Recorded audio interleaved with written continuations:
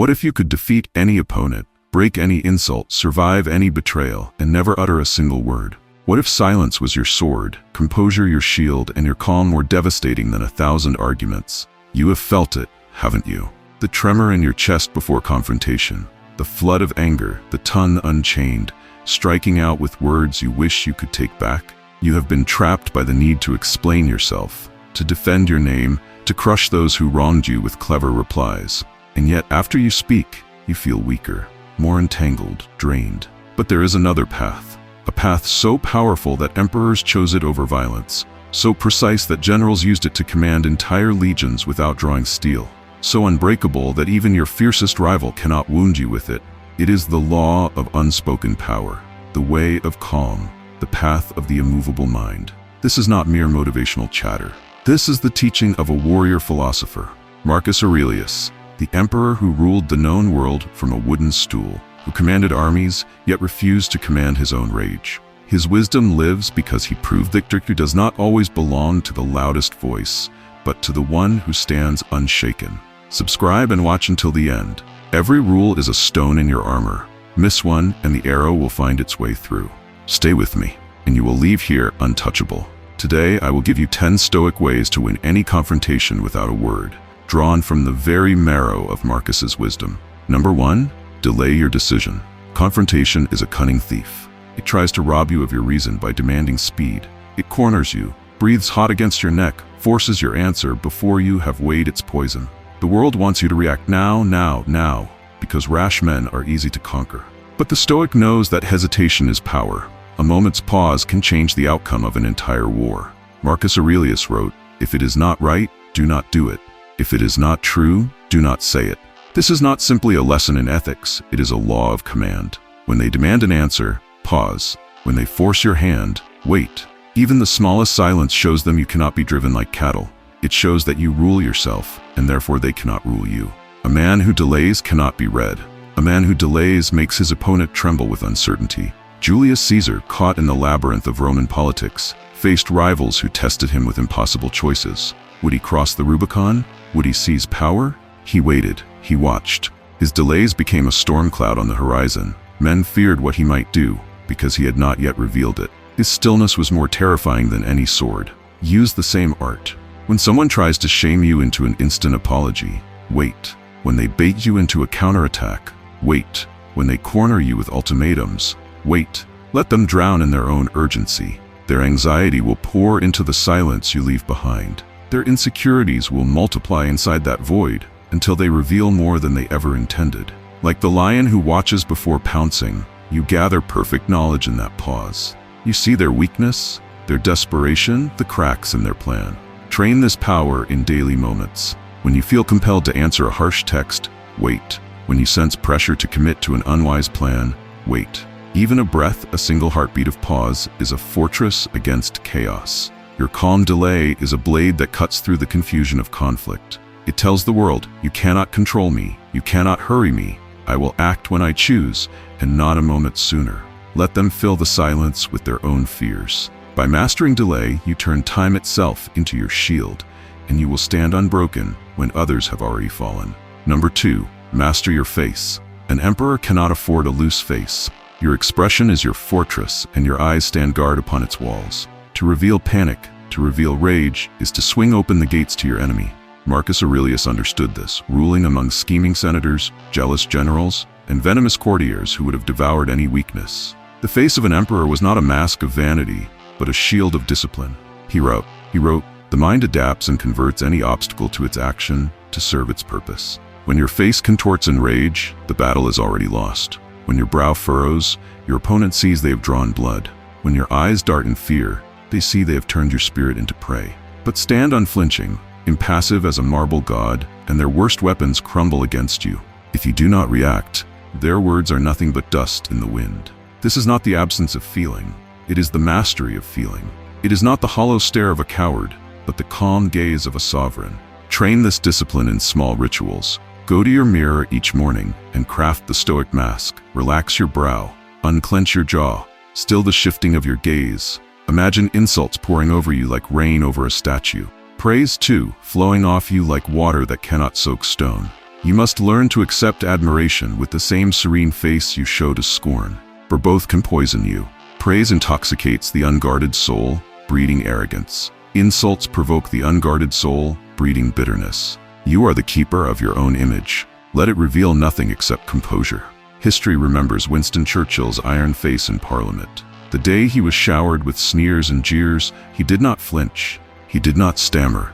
He took a sip of water with perfect calm, letting their venom pool at his feet. In that moment, every insult turned to weakness, every laughter to a confession of their own insecurity.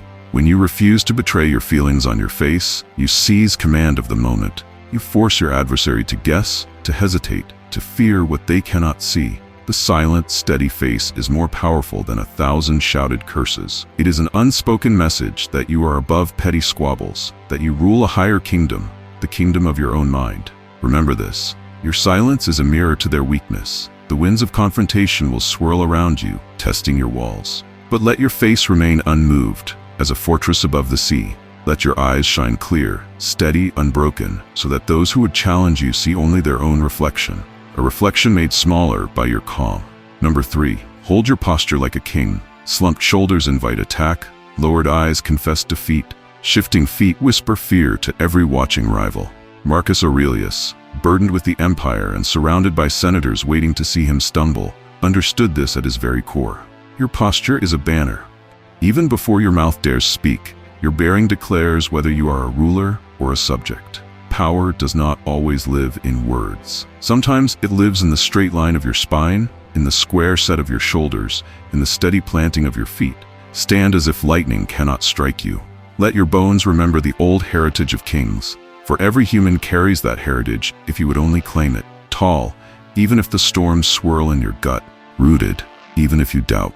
Aurelius wrote, "Look well into thyself. There is a source of strength which will always spring up if thou wilt always look." The emperor had to stand straight even while disease racked his body, even when war consumed the frontiers, even when traitors gathered in shadows. His posture was his first defense, an unspoken vow that he would not bow to misfortune. This is your command. Walk as though you belong to every room you enter, because you do. Walk as though you have chosen this place, this moment, this trial, because you have. Practice alone when no one sees. Rise from your bed as though you rise from a throne. Step out your door as though crossing the gates of an empire. Carry yourself with a dignity that will not be stolen, no matter who mocks you, no matter who doubts you. A straight spine is not arrogance. It is the refusal to shrink yourself to fit the smallness of other men. It is a defiance against every insult, every doubt, every dismissive eye that dares to measure your worth. Remember, your enemies look for the curve in your shoulders, the tremor in your legs, the downward glance of a beaten spirit. Do not give it to them. Show the same posture in triumph and in defeat, in safety and in peril, for then you are beyond reading. You become a mystery, a fortress without visible cracks, a king whose throne cannot be overturned because it is built within. Like a lone tree standing in the path of winter, unbowed by the ice, you must hold your posture. Let it declare silently to the world that no power outside yourself can bend you. Stand tall, and you rule before you even speak. Number 4. Answer an insult with silence. The world is hungry for your outrage. It wants to see you bare your teeth, to be pulled into the brawl, to trade wound for wound until you drown in the mud. It expects you to bite, to bark, to claw at every passing insult, as though you were chained to your pride. But you are not a dog snapping at each stone thrown your way. You are a lion, regal in stillness, letting the jackals shriek and circle while you rest unbothered in the sun. Marcus Aurelius gave the law plainly. The best revenge is to be unlike him who performed the injury. Consider the power of that. When they call you names and you do not answer, you show them that their words are as harmless as shadows. When they mock you and you do not flinch, you reveal their weakness more clearly than any retort could. Insults are bait, dripping with poison, meant to hook your ego and drag you into a battle you cannot win. Every time you answer them, you become their puppet, dancing to their strings, burning precious energy for nothing. But when an insult lands at your feet, leave it there. Let it rot on the ground. Do not bend to pick it up. Do not carry it home. Do not wear it around your neck like a chain forged by your enemy. For a chain, no matter how light, is still a chain. History is scarred by men who could not bear to be insulted. Achilles raged because his honor was wounded, and thousands died at Troy. Kings have unleashed wars to avenge a careless word. Empires have burned because one proud man could not stand to be mocked. Ask yourself, is a moment's satisfaction worth the ruin that can follow? Silence is harder than shouting. It takes the discipline of a warrior to stand unbroken as others spit venom at you. But that silence is your fortress. It makes your opponent doubt their aim. Their insult unreturned hangs heavy in the air. They wonder, did I strike? Did I miss? Do they think me beneath reply? They grow uneasy. They push harder. And still you remain unmoved. Like a cliff facing the waves, you do not argue with the sea. You let it break against your calm. Practice this. Begin in small things. When someone cuts you off in traffic, say nothing. When someone mocks you online, leave it unanswered. When a family member tries to provoke you, breathe and walk on. Every time you do this, you strengthen the iron in your soul. You teach yourself that you are not a slave to every word thrown at you, that you alone decide when to speak and when to remain as silent as a mountain. Silence is not weakness. Silence is not surrender. Silence is a sword in its scabbard, perfectly still, reminding the world that you do not waste your blade on insects. Answer their insults with silence, and they will be defeated by their own noise. Number 5. Guard your presence. Where you stand, how you depart, these are the secret languages of power. Your presence is the first message you send to the world, whether you intend to or not. Marcus Aurelius walked into the Senate with measured steps, even though conspirators whispered of daggers behind his back. He did not rush, did not fidget, did not tremble. His posture, his gait, his steady gaze all declared, I am unafraid. Your presence should carry the same quiet thunder. Never hurry, for haste is the language of desperation. Never slouch, for slouching is the language of submission. Never scurry, for scurrying is the language of prey. Instead, move like a man who has chosen every step, as if you own the ground beneath you, even if you walk among enemies. Enter every room as though it has been waiting for you to arrive, because your dignity demands nothing less. When you leave, leave with the same quiet command. No rush, no scramble, no looking back as if hoping for permission. Even in retreat, keep the bearing of a king. Aurelius wrote, waste no more time arguing what a good man should be. Be one. A good man does not plead for respect. He does not beg for space. His presence wins these things before his tongue ever moves. Think of how a lion enters the plain. It does not snarl to prove itself. It does not chase birds for their approval. Its very movement commands silence, even from those who fear it. In the same way, your presence must speak your unspoken law. I am whole. I am centered. I cannot be rushed, cannot be frightened, cannot be bent. Train this. Walk into a meeting, a store, a friend's house, not as a child asking permission to exist, but as a sovereign whose existence justifies its own worth. Let your steps be deliberate, your shoulders relaxed but tall, your eyes calm and steady. Even if fear gnaws at your ribs, do not show it. Fear will shrivel once it sees your posture refusing to break. The world is full of watchers. They measure you before you speak, weigh you before they ever hear your name.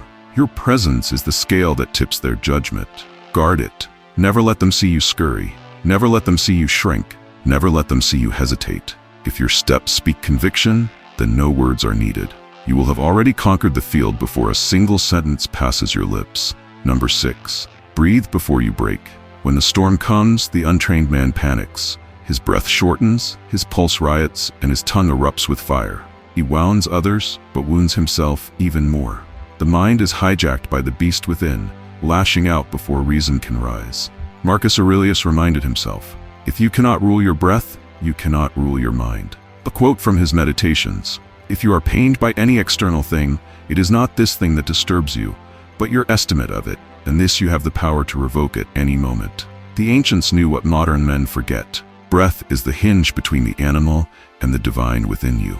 The moment you master its flow, you reclaim dominion over your own fortress. When insult strikes like a sudden blade, or betrayal twists into your ribs, stand as a statue. Let your lungs fill slow, like a mountain drawing in the dawn. Hold that breath in your belly like a sacred fire. Let it burn away the first raw impulse to react. In that pause, you seize the advantage. You refuse to be baited into weakness. Your calm becomes a force that cannot be predicted, a mystery your opponent cannot read. Like the ocean that seems still but hides unstoppable depths, your silence will make them fear you more than 1,000 roared curses. For it is easy to match rage with rage. It is easy to mirror insult with insult. Any brute can do that. But it is a rare and unearthly power to remain composed while others tremble. It shows you rule yourself, and that means no one else can. Even the legions of Rome trained in this principle. They drilled to fight without panic, breathing in rhythm, even as arrows fell around them. An army that controls its breath does not break when the enemy roars. It breaks the enemy by refusing to panic. Train this skill in small moments. When a family member tests your patience, breathe. When a stranger disrespects you, breathe. When the world seems to conspire against you, breathe. These are your hidden drills, forging your spirit into iron. A calm breath is your silent declaration of war against chaos. It is the first move in a battle you must win within yourself, before you win it against any other. Never allow the winds of anger to scatter you like leaves. Become the mountain. Draw the air slowly, and let your stillness tower above every storm. Number 7. Be prepared to walk away. A man who cannot leave is a man already conquered. If your chains are hidden under gold, they are still chains. If your prison has soft cushions, it is still a prison. Marcus Aurelius ruled an empire that could have devoured any weaker man's soul. Legions knelt to him. Provinces obeyed his every whim, yet he wrote of death and exile as things he could bear without trembling. If the entire world had been torn from his hands, he would still stand, unbowed. That is true power. The man who is prepared to lose everything cannot be controlled. If you can walk away from any table, you are never truly trapped. This is the weapon of the free spirit, non-attachment. Say to yourself again and again, I can leave this fight, this job, this place, and still be whole. You do not belong to your possessions, your reputation, your titles. They are nothing more than borrowed cloaks, and you are the flame beneath them. Let them go, and you remain intact. Napoleon's enemies feared him not just for his brilliance, but for his willingness to abandon what could not be saved. When a campaign soured, he turned away from it without regret, moving with ruthless freedom. No one could predict him, no one could bind him, because he refused to chain himself to lost causes. Your opponents will sense this same power in you. They will see you cannot be bribed with comfort or shackled by fear of losing status. That you will not stay in a worthless quarrel just to preserve your pride. That you will not cling to a dying love, a dying friendship, a dying cause, because you are strong enough to leave. Be ready to walk away, and you will never again tremble before another human. This does not mean you are cold or heartless. It means you are free. You love fully, but you do not cling. You give your best, but you do not worship the outcome. You stay in the fight if it is righteous, but you do not become a slave to it. Tell yourself, no one owns me. No boss, no partner, no adversary, no tyrant.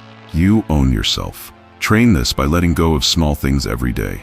Release an argument. Walk away from a petty fight. Let others keep their illusions. And when the great tests come, you will have already forged the power of non-attachment in your bones. In that power, you will be unstoppable.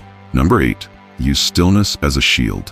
When chaos surrounds you, stillness is your fortress. It is the marble wall that no arrow can pierce, a silent bastion that no riot can breach. Marcus Aurelius reminded himself again and again, nowhere can man find a quieter or more untroubled retreat than in his own soul. The world will rage. It will roar like a sea in winter, crashing against your calm, trying to drag you into its swirling madness.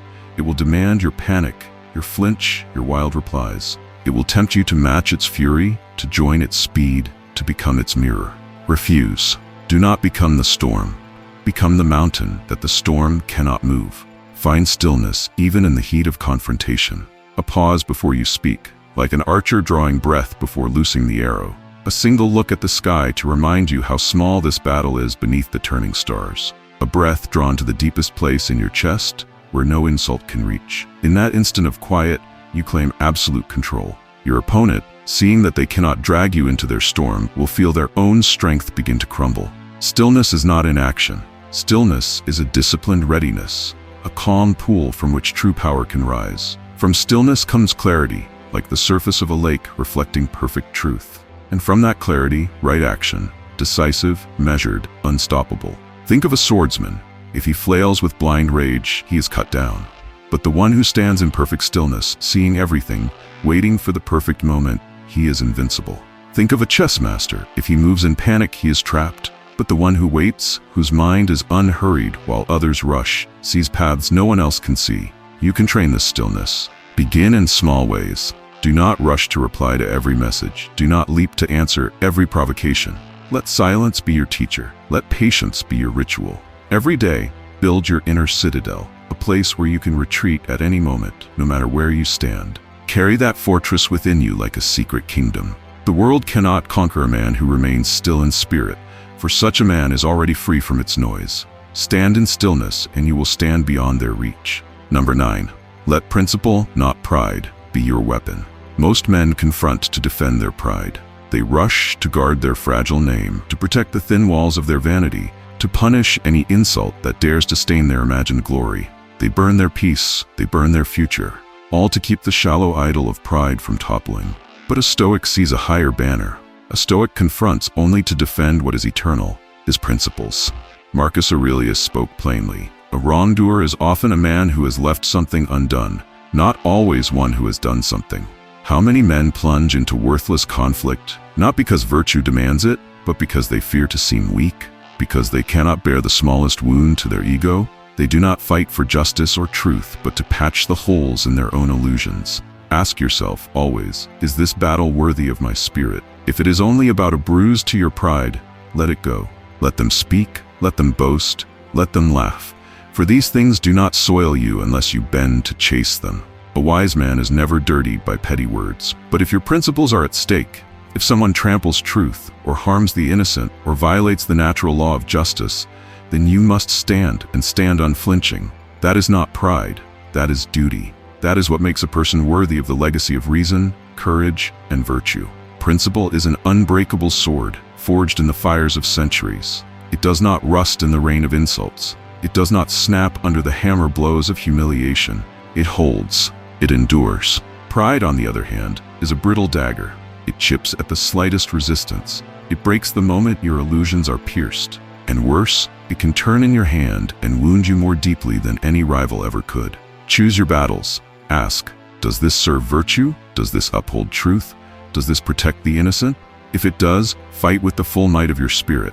But if it is merely a contest of wounded pride, let it die in silence. Walk away, leaving them to wrestle their own shadows. For when you wield principle as your weapon, you stand with gods, not with gossips. You align yourself with something larger than any insult, larger than any petty conflict, larger even than the span of your own lifetime. A man who lives by principle cannot be defeated, for he does not fight for himself alone, but for something immortal. Number 10. Remember death. This is the final weapon, the last invincible Stoic counterstroke. When the world confronts you with fury, with insults, with threats, remember one unshakable truth. You are mortal. You will die. Your opponent will die. Every harsh word, every blow, every petty scheme will fade like a breath on a winter morning. Marcus Aurelius held this truth close to his heart.